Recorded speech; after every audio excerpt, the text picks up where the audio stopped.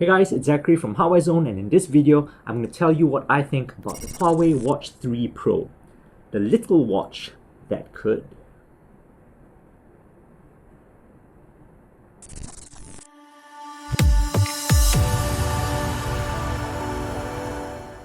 Now before we start, yes, this is a zip. Now kids, when you're all grown up and doing the adulting thing, still gonna get zits. Still gonna have to come into the office, sit in front of a camera, and make a video. Because it's your job! The other thing is that the audio for this video could be a bit off because my usual lav mic broke and replacement hasn't come in yet. Blame COVID. So I'm kind of using a backup shotgun mic now that I don't use that often. So bear with me for a bit.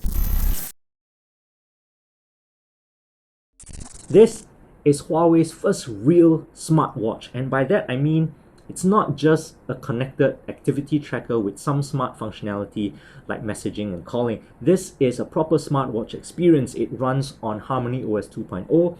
It's actually one of the first few devices in Singapore to have HarmonyOS on it. It has an app store, Huawei's AppGallery. In fact, Huawei makes a big deal about telling you that the Watch 3 supports AppGallery, which means you can install third-party apps. It also has a lot more connectivity functions besides Bluetooth. It has Wi-Fi connectivity. It supports LTE and eSIM functionality. So, if you have an eSIM capable SIM card, you can copy your SIM to this, and the watch can basically operate on its own. It's kind of like a Pinocchio situation here. I'm a real boy! There are two versions of this, a 46mm Watch 3 with a stainless steel case, and the one I have here, which is the huge chunky 48mm Watch 3 Pro. It has a titanium case, and the larger body basically allows it to have a larger battery. And that's kind of all that's different between these two devices, right? Even with the size difference, the Watch 3 and the Watch 3 Pro have the same display. So it's a 1.43-inch AMOLED display, same resolution, same chipset, same memory, same storage, same sensors, same everything else. The only real tangible performance difference between the two is battery life. And while we are on that topic, it really would seem that the only reason Huawei made the 3 Pro this huge is to accommodate that larger battery. Now, I don't really have a problem with large watches. I actually do like how this looks. I like how large it is. I like the chunkiness. I like that industrial styling of it. It's quite manly. This size does bring about its own sort of challenges. Now, wearing it out on day to day is fine, but when you're working out, you are going to feel something this large on your wrist. When you have one hand that has something this large moving around, you can feel it. You just can. It's there. And the other thing is you're supposed to wear it to sleep as well, and again, you are going to feel something this like chunky in bed. It's just going to be there. You're just going to have to get used to something this huge. Now, I only have the 3 Pro. I don't have the 3, but I do have the Watch GT2 Pro, which is also a 46mm device, and you can sort of compare to see if you can notice the size difference between the two watches. Definitely a lot thicker and a lot chunkier. Oh, also, you would notice that I have kind of swapped the bands for these. The 3 Pro actually comes with this leather band, while I swapped out the GT2 Pro's fluoroelastomer band while I was reviewing this, because you don't want to work out with a leather band, sweat and all that. It's actually very, very smart looking. There you go. This is the Watch 3 Pro with its classic leather band.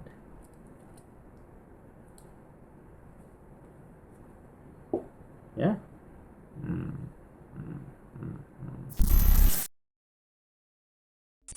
Now that we've got all the physical stuff out of the way, this is probably going to be a pretty short review. And here's why. I talked about HarmonyOS at the beginning of this video and how it's going to bring the smarts to the Watch 3 series. But here's the thing. All these smart features that HarmonyOS is supposed to bring to the table, it's not actually activated or available in Singapore yet. So if I can't use them, I can't review them. If I can't review them, I can't tell you about it. There's no MeeTime, which is Huawei's version of Apple's FaceTime software, a digital voice and video calling sort of app. You can make MeeTime calls on Huawei's HMS-enabled smartphones, but it's not yet activated on the watch. Now, if you go into the call log, you can actually see MeeTime, but if you try to make a MeeTime call on the watch, it's going to tell you phone system version doesn't support making MeeTime calls yet. Switch to a normal call instead. And if you switch to a normal call, it's just going to call your contact using regular cellular connectivity, which is something that the older Watch GT2s could already do. Celia, which is Huawei's digital assistant, is also not on the watch yet. Again, this is a feature that you can get on Huawei's HMS phones, but it's just not on the watch. Now, Huawei can't really tell me when this is going to roll out into Singapore, so your guess is as good as mine. Who knows? By the time you watch this video, maybe you get Celia on the watch by then, which renders all my comments now moot. But at this point in time, I can't access any of it. Right. Lastly, there's contactless payments, the digital wallet. So if you go into the Huawei Health app and you have the Watch 3 paired, you can see a wallet feature. But if you click that, it's going to tell you current country and region is not supported. So again, can't really test that out now. So is there anything new I can talk about? Well, yes, actually, HarmonyOS is a brand new operating system. It's a completely new experience compared to the LiteOS that came with the past watches. Now, this is a whole new interactive sort of UI. It's flashier, it's more animations. It's actually a lot smoother. It's got a whiz bang. I don't know why I said that, but it's basically fancier. Right. The thing is, the whole experience is very Apple-like, from the whole initial setup to how the app gallery on this watch looks like, and the digital rotating crown. Right. It's a very Apple experience. Right. But here's the thing. This is considered one of the first devices to come with HarmonyOS, and you can feel that it's a bit rough around the edges. For example, this whole digital crown thing, right? I would have kind of liked it to be smarter or to have some kind of default use, because if you're on a screen that has no scrolling function, the digital crown doesn't do anything, right? It just freely scrolls, and it's a little bit annoying to me because it kind of feels like something is loose, and I always try to tighten it, like on a regular watch. You know what I mean? Yeah, so I would have hoped that it had some kind of default setting where turning it would do something, or maybe it could be smarter, more contextual aware. Like, for example, if I went into the music app, right, in this screen for the music app, it does nothing.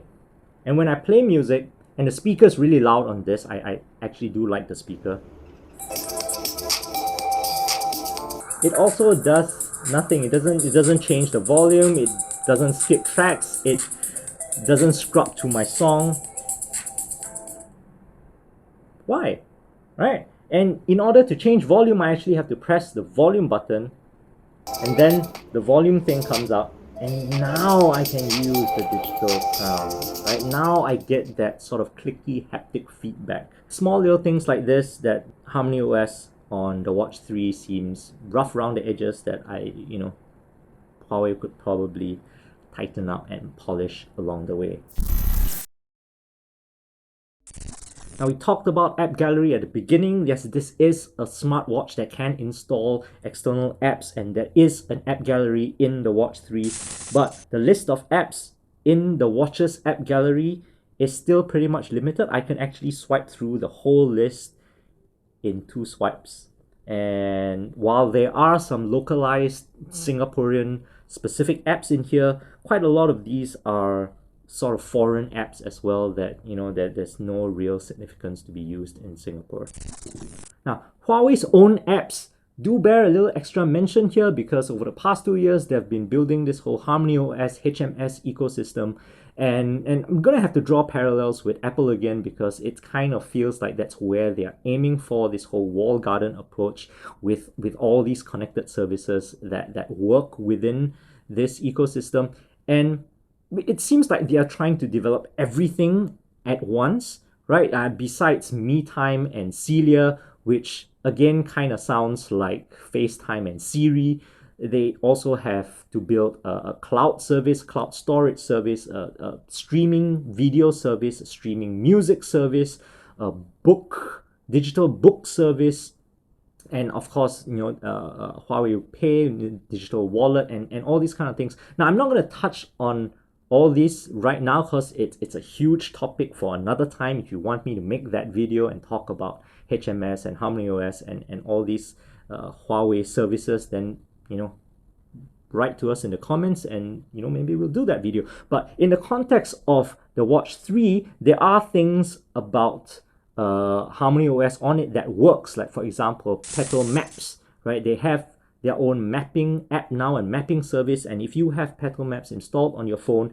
and on the watch, you can actually get point-to-point, you know, directions on the watch itself. You can start a mapping and you can get directions on the watch. The music service is also now connected to Huawei's music streaming service as well. So instead of just having downloaded songs or local songs on your watch, you can actually connect to a streaming service and you can view playlists from that service. It's still kind of rudimentary in that way, just like everything else seems to be right now, rough around the edges, like what I said, but it's there. You can check out other playlists. You can't really search it on the watch, but you can check out certain playlists. Now, this service on Huawei phones is actually a subscription service, so there are some things on the watch when you click on it, it tells you need to be a premium member to play it or even to download songs, but the service is there. I think I can see where Huawei is going with this and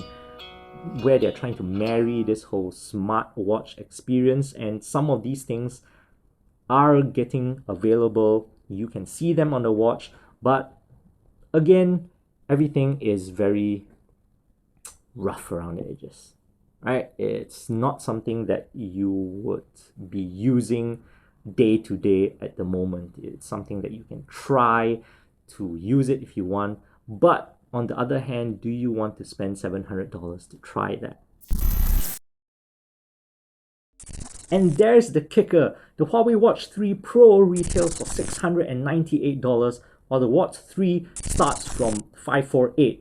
I do understand where this price is coming from. This device is a lot different from this, right? It's got a lot more hardware. It's got a lot more support for LTE. It's got a lot more sensors and antennas, and, you know, just larger everything, larger battery, larger screen, more RAM, more storage, and Huawei is basically trying to compete with everybody else in the market. But at this point in time, right out of the box, because most of these things are disabled in Singapore, that you can't really use them, the experience of using the Watch 3 versus the Watch GT2 Pro isn't actually that much apart. Once you take away all the smarts that HarmonyOS supposedly brings to the Watch 3, then the differences between these two generations, the GT2 Pro and the Watch 3 Pro, narrows a lot more. Everything that the GT2 series could do, the Watch 3 can do, but at the same time, everything that the Watch 3 can do, the GT2 can do as well. I'm talking about activity tracking numbers, the modes that it has, 24/7, heart rate monitoring, sleep monitoring, stress monitoring, SpO2 monitoring. All these things are basically the same. And the thing is, throughout my testing, I didn't find that there were any real differences between these two devices. It's not like the Watch 3 felt faster or better or more accurate in that sense. They performed similarly. The Watch 3 doesn't seem to have like additional modes or was it smarter in tracking, auto tracking, auto stopping, those kind of things. They all work just about exactly the same. The only one new sensor that the Watch 3 has that the GT2 series doesn't have is a temperature sensor, and this is a skin temperature sensor, unlike Fitbit's version, which is just temperature variation while you slept. This actually sort of plots your temperature, your actual temperature throughout the day, and you get a trend. So yeah, that's basically the one thing that is new on the Watch 3 that the Watch 2 doesn't have. Now, the biggest thing Huawei has done to fitness tracking doesn't even have anything to do with the Watch 3 at all, or any of these devices. In fact, this is actually a software update to Huawei Health, and you can now directly connect Huawei Health to Strava. Yes, I know a lot of people have been asking for this. It's not something that I personally am a huge proponent of. It hasn't really bothered me that much because I don't really run. Not a big runner, not a big cardio fan, but I know a lot of people want this. Strava is like the gateway to a wider ecosystem of running and cycling apps. And to finally have official support and linkage between Huawei Health and Strava means that any generation of Huawei trackers you have would now work with Strava. Now, this doesn't work the other way around. That means you can't go into Strava and link to Huawei. It seems to only work within Huawei Health itself, but I've tested it and it works and it's automated. Great. That's probably the most interesting thing that you've heard this entire video. Well, that's my take on the Huawei Watch 3 Pro. Now, if there's anything you want to specifically know about the device that I didn't cover or just glossed over, do hit us up in the comments. If you agree with me or don't agree with me, hit us up in the comments. If you have this watch and you want to tell us what your experience is, go to the comments, right? I do really want to hear what you think. In the meantime, like, subscribe, check out HardwareZone.com. See you in the next video.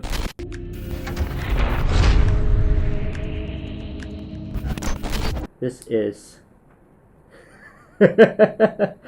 okay. Came off. Hey guys, before you go, don't forget to check out HardwareZone.com. Follow us on Facebook and Twitter. Join in the conversation. Like and subscribe to our YouTube if you want to see more of these videos. Do it.